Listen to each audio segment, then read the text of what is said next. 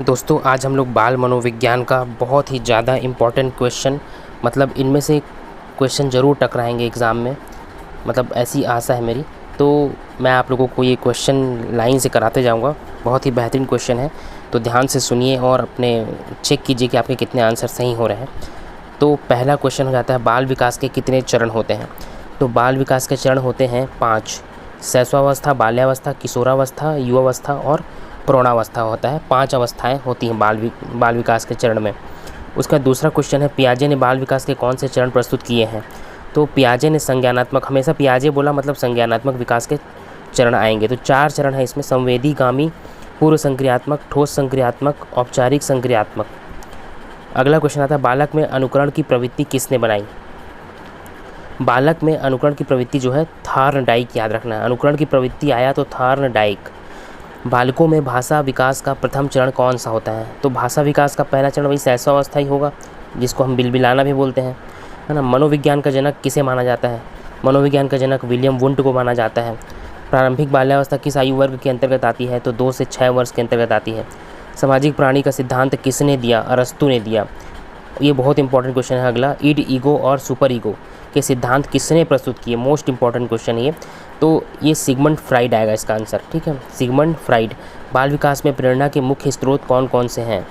तो जैविक आवश्यकताएं हैं, एक सामाजिक स्वीकृति है और व्यक्तिगत महत्वाकांक्षा हैं। 3 है स्रोत। बालकों में खेल खेल में शिक्षा का महत्व किस वैज्ञानिक ने बताया? तो जॉन ड्यूई। बालकों में सीखने की प्रक्रिया किस पर निर्भर करती है? तो अनुकरण हो गया, पहला अनुकरण करेंगे, प्रोत्साहन से सीखेंगे और वातावरण से सीखते हैं बालक। जीन पियाजे ने बालकों के संज्ञानात्मक विकास के कितने चरण बताए हैं? तो जीन पियाजे ने 4 चरण बताए हैं। बाल मनोविज्ञान में अहंकार विकास का सिद्धांत किसने दिया? बहुत इंपॉर्टेंट क्वेश्चन, ये हमको दिए हैं इसने, फ्राइड ने दिया है ना। बालक में आत्मनिर्णय की क्षमता किस आयु में विकसित होती है? ये आएगा इसका किशोरावस्था। आत्मनिर्णय कर पाएगा 13 से 18 साल के उम्र में जो बच्चे पहुंचते हैं बालक, तो आत्मनिर्णय की क्षमता उनमें विकसित होती है। बालकों में नैतिक विकास का अध्ययन किस मनोवैज्ञानिक ने किया है? तो लॉरेंस कोहलबर्ग। बालकों में नैतिक विकास का अध्ययन किया है लॉरेंस कोहलबर्ग ने। किशोरावस्था को संकट का काल किसने कहा है? स्टैनले हॉल, ठीक है, स्टैनले हॉल ने किशोरावस्था को संकट का काल कहा है। किशोरावस्था जो है संकट का काल है, क्योंकि इस किशोरावस्था में ही बालक जो है अच्छा काम करेगा तो अच्छा बनेगा, और अगर गलत काम करता है तो वो गलत बनेगा आगे। तो किशोरावस्था बहुत ही इंपॉर्टेंट काल होता है, तो उसको संकट का काल कहा है स्टैनले हॉल ने। किशोरावस्था में कौन सा भावनात्मक विकास प्रमुख होता है? आत्मचेतना और आत्मनिर्णय होगा इसका आंसर। बच्चों में रचनात्मक को प्रोत्साहित करने का सबसे अच्छा तरीका क्या है? स्वतंत्र और सहज खेल। शिशु के जन्म के बाद उसकी प्रमुख सीखने की विधि क्या होती है? शिशु हमेशा जन्म लेगा, उसके बाद अनुकरण ही कर पाएगा, वो अनुकरण से ही सीखेगा। वातावरण किस प्रकार बच्चे के विकास को प्रभावित करते हैं? तो इसका उत्तर हो जाएगा सामाजिक हो जाएगा, शैक्षिक हो जाएगा और सांस्कृतिक कारकों के माध्यम से प्रभावित करते हैं। पियाजे के अनुसार ठोस संक्रियात्मक अवस्था किस आयु से संबंधित है? तो 7 से 11 वर्ष जो है ठोस संक्रियात्मक अवस्था से संबंधित है। बाल मनोविज्ञान में सुनने की अवस्था किसे कहा जाता है ना? तो ये 2 से 6 वर्ष की अवस्था सुनने की अवस्था होती है। बच्चों के विकास में भाषा का महत्व किसने बताया? तो इसका हो जाएगा वाइगोत्स्की। विगोत्स्की लिखा है, वाइगोत्स्की है वो। बच्चों में विकास में भाषा का महत्व वाइगोत्स्की ने बताया था ना। स्वयं के निर्माण की अवधारणा किस मनोवैज्ञानिक से जुड़ी है? इसका हो जाएगा मारिया मॉन्टेसरी। बालकों में नैतिक मूल्य किसके द्वारा विकसित होते हैं? परिवार हो गया, स्कूल हो गया और समाज। बालकों में नैतिक विकास का प्रारंभिक चरण कौन सा होता है? पूर्व सम्मानात्मक चरण होता है। संज्ञानात्मक विकास के दौरान बालकों में कौन सी क्षमता पहले विकसित होती है दोस्तों? तो इसका आ जाएगा समस्या समाधान की क्षमता। संज्ञानात्मक विकास के दौरान बालकों में ये क्षमता जो है ना, समस्या समाधान की क्षमता जो है सबसे पहले विकसित हो जाती है। किशोरावस्था में आत्मचेतना किससे प्रभावित होती है? सामाजिक संबंधों, शारीरिक परिवर्तनों से। बालकों के मनोविज्ञान में किस सिद्धांत के अंतर्गत व्यवहार को प्रबलित किया जाता है? तो इसका आ जाएगा व्यवहारवादी सिद्धांत। बालकों में उत्सुकता और खोज की प्रवृत्ति को कैसे प्रोत्साहित किया जा सकता है? तो इसका उत्तर हो जाएगा सक्रिय अन्वेषण और प्रश्न पूछने की अनुमति देकर, ठीक है। बालकों में आत्मसम्मान का विकास किससे होता है? सकारात्मक प्रक्रिया और प्रोत्साहन से। किस आयु में बच्चे भाषा के जटिल रूपों का प्रयोग करना शुरू करते हैं? 3 से 4 वर्ष में जटिल रूप का उपयोग करते हैं, शुरू करते हैं। बालकों में सीखने की प्रक्रिया में कौन सा कारक महत्वपूर्ण है? तो अनुकरण होगा और प्रेरणा होगा। बालकों में सामाजिकता के विकास का मुख्य माध्यम क्या है?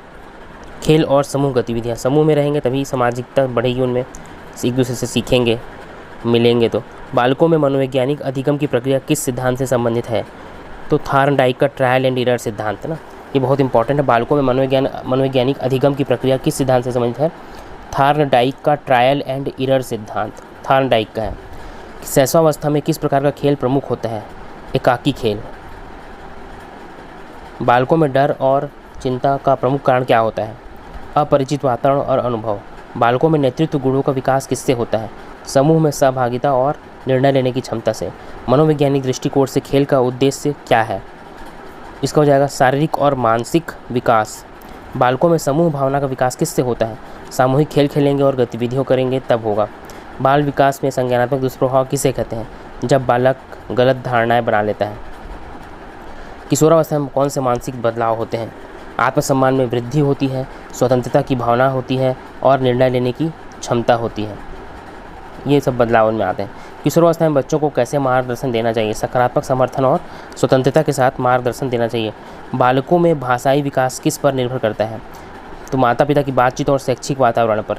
बालक की सामाजिक प्रवृत्तियों का विकास कैसे होता है? परिवार और समुदाय की सहभागिता से। बालकों में आत्मविश्वास को कैसे बढ़ाया जा सकता है? सराहना करो और समर्थन करना पड़ेगा तब होगा। बालकों में समायोजन की क्षमता का विकास कब होता है? तो किशोरावस्था में होता है। समायोजन की क्षमता का विकास किशोरावस्था में होगा। बालक का प्रथम शिक्षक कौन होता है? माता पिता होते हैं। शारीरिक विकास के साथ साथ मनोवैज्ञानिक विकास का महत्व क्यों है? तो इसका संपूर्ण व्यक्तित्व के निर्माण के लिए ज़रूरत है ये। बालकों में खेलकूद का मनोवैज्ञानिक प्रभाव क्या होता है? उत्तर हो जाएगा इसका आत्मविश्वास और सामाजिक समायोजन का विकास। बालकों में याददाश्त का विकास किस प्रकार होता है? अनुभव और पुनरावृत्ति द्वारा। बाल मनोविज्ञान में प्रत्यक्ष अनुभव का क्या महत्व है? बालक के व्यवहार और ज्ञान की दिशा निर्धारित करता है। बालकों में अनुशासन की भावना कैसे विकसित होती है? सकारात्मक प्रोत्साहन और अनुकरण द्वारा। बालकों में जिज्ञासा किससे उत्पन्न होती है? तो नवीन अनुभवों और परिवेश से। शैशवावस्था में किस प्रकार की मानसिक प्रक्रिया होती है? संवेदी अनुभव होगा। किशोरावस्था में बालकों के व्यवहार में किस प्रकार का परिवर्तन होता है? अधिक स्वतंत्रता और आत्मनिर्णय की इच्छा।